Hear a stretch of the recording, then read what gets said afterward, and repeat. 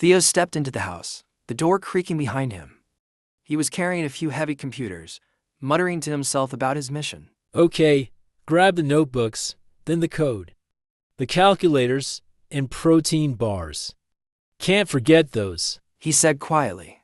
Don't want to get hangry on Mercury. That would be a disaster. He walked into the living room, where his parents were sitting on the couch. His dad was half asleep with a soda in hand, and his mom was knitting. I'm off, folks. Theo said, walking in with dramatic flair. Gotta go save the world now. His mom didn't even look up. Sure, honey. And be back before dinner, okay? Don't make a mess in the lab. We're not cleaning up after you. Theo raised an eyebrow, glancing at her. Mom, I'm literally about to leave for Mercury. I'm fighting a giant monster. I'm not coming back before dinner. Heck, I might never come back. It's dangerous. I could die. But don't worry. I'm leaving the computers here in case I don't make it. His dad blinked, finally lifting his head from the couch. Mercury, huh? Is that like the new gaming console you're working on? One of those virtual reality things? Theo stared at him in disbelief. Dad, no, Mercury's a planet. We're going to fight a monster. You know, life or death stuff. Really big deal. This isn't some virtual reality thing. I'm not playing Fortnite in space, okay? His dad yawned. Sure. Whatever you say. Just make sure you unplug your tech before you go. Don't want to blow the circuits again like last time. Theo grinned. You got it, Dad. I'll make sure everything's unplugged. Except for my super fancy, ultra high performance computers. They'll probably explode if you even look at them wrong. Don't touch them, okay? If you do, I'm disowning you. And you won't get any of my cool gadgets when I come back. His mom didn't look up from her knitting, shaking her head. You always say that, but we both know you can't stay mad at us for long. Just don't do anything too crazy, all right? No blowing up the house, and take a sweater to Mercury, okay? It gets cold out there. Theo grinned. You're thinking of Antarctica, Mom. Mercury's hot. Like, to hot. But I'll take the sweater anyway, just in case. Can't hurt to look stylish in the face of impending doom. His dad sighed, barely looking up. Just don't forget your wallet, kid. You're gonna need it for the vending machines on that giant rock. Theo grabbed his notebook off the counter, along with a few random gadgets, and tossed them into his backpack. I'll make sure to bring the essentials, like notebooks for all the science I'm gonna do while saving the universe. You know, equations, maps, tactical plans, important stuff. He zipped up the bag and turned to his parents. Well, that's it. I'm going now. Saving the world and all that, I might not be back for a while. Maybe years, maybe I'll be famous. Maybe I'll just come back covered in monster guts. Either way, don't wait up. His mom finally looked up, giving him a soft smile. Just be careful, okay? And call us when you can. Don't get eaten by the monster, all right? Theo waved dramatically. Sure, Mom. I'll send a postcard from space. Maybe I'll even write it in alien so you can't read it. His dad chuckled. You're a weird one, kid. Good luck. And remember, dinner's still on, but only if you make it back in time. No excuses. Theo laughed, heading toward the door. You got it, Pops. Dinner with the family, once I've defeated the terrifying beast of Mercury. Until then, my genius will be my dinner. Catch you later. He threw the door open with exaggerated steps and walked out, making it seem like he was about to fight a dragon, not just go off to save the world. The door slammed behind him. His mom shook her head, muttering under her breath.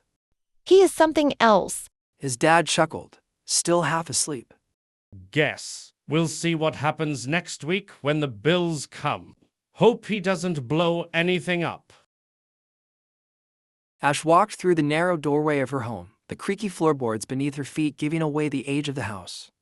Every corner seemed cluttered with remnants of a life lived in constant hustle, and the scent of dust and old furniture filled the air. The house was small, the walls thin, but it was home. Her younger siblings were scattered around the living room, some sitting on the couch, others on the floor, a few arguing over toys while others laughed and chased each other.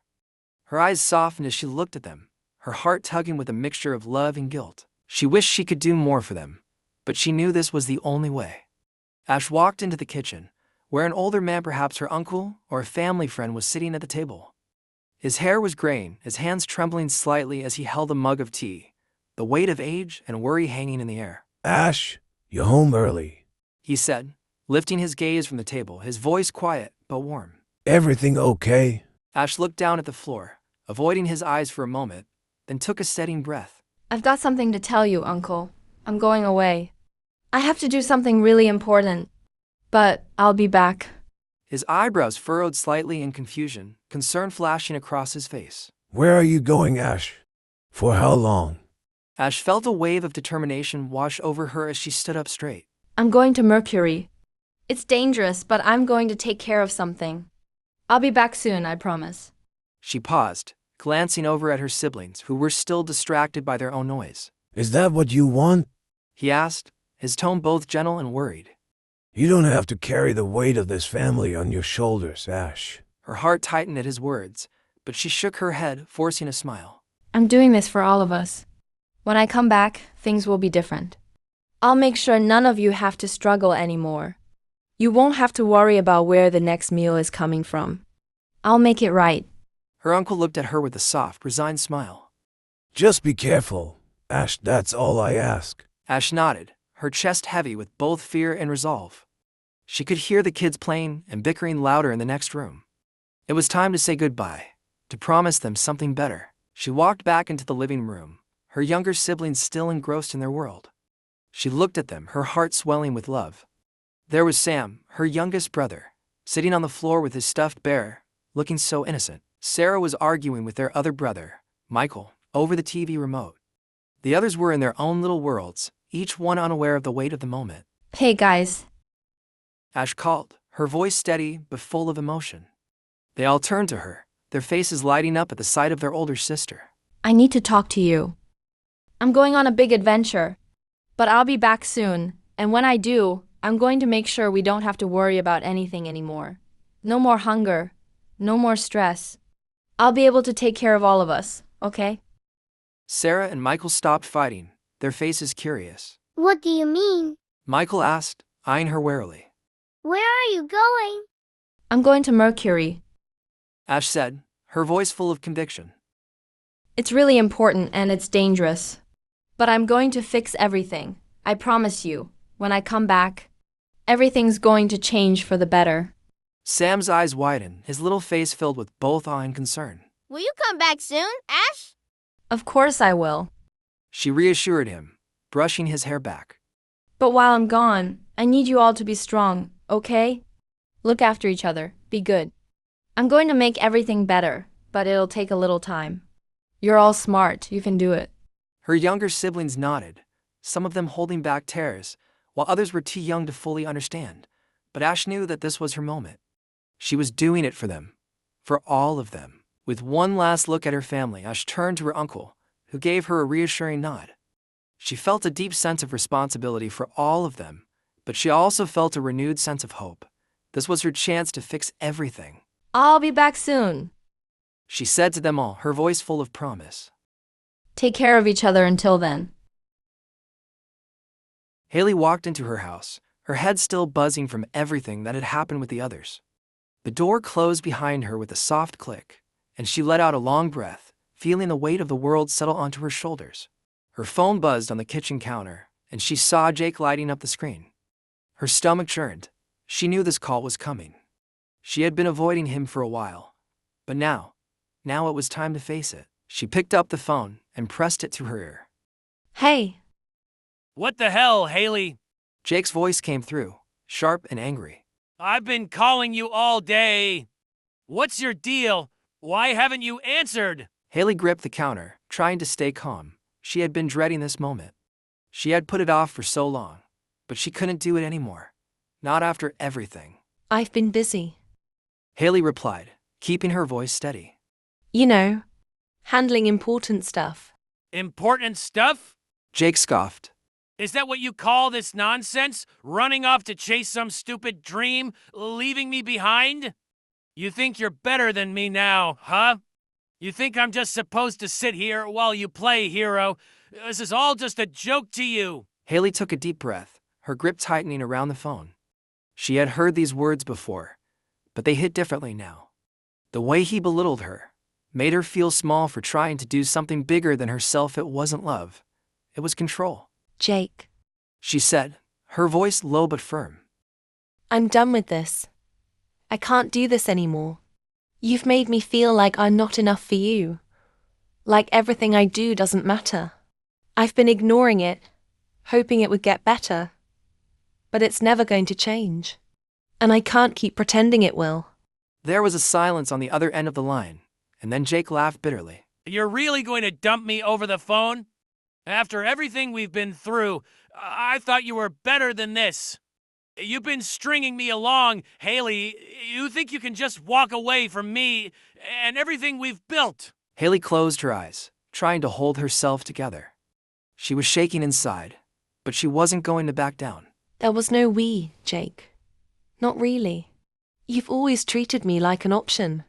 When I needed someone who cared, who would stand by me. She paused, her heart pounding. You were never there. You don't even know what I'm going through right now. Because you don't care. You never cared. It's always been about you. You think I don't care? You think this is easy for me? You've got the nerve to sit there and tell me this after everything we've done together. Yeah, I do. Haley snapped, her voice growing stronger. You've been controlling, selfish, and manipulative. I don't need that in my life anymore. I don't need someone who doesn't respect me. I've put up with your crap for too long, Jake. And now, I'm done.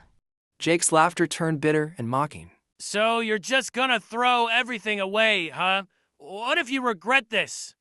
What if you come crawling back when things get tough? Haley's chest tightened, but she stood her ground. I won't. I'm done, Jake. There was a long pause, and Haley could almost feel the weight of Jake's anger on the other side of the line. His voice, when he spoke again, was dripping with venom. Fine, Haley. Go ahead. Leave. You'll realize how much of a mistake you've made. You think you can do better. You won't. You'll regret this. Haley took a breath, feeling the finality of her decision settle in. No, Jake. I won't regret it. I'm finally free. Goodbye. Before he could say another word, she ended the call. For a moment, Haley just stood there, her phone still in her hand. It felt surreal, like a weight she didn't even know she was carrying had been lifted. She could breathe now. She stared out the window, the evening sky darkening outside. In that moment, she knew it was the right choice. Jake had always made her feel like she wasn't enough, like her dreams didn't matter. But now, she was taking control of her own life. She wasn't just walking away from a toxic relationship. She was walking toward something better, toward herself.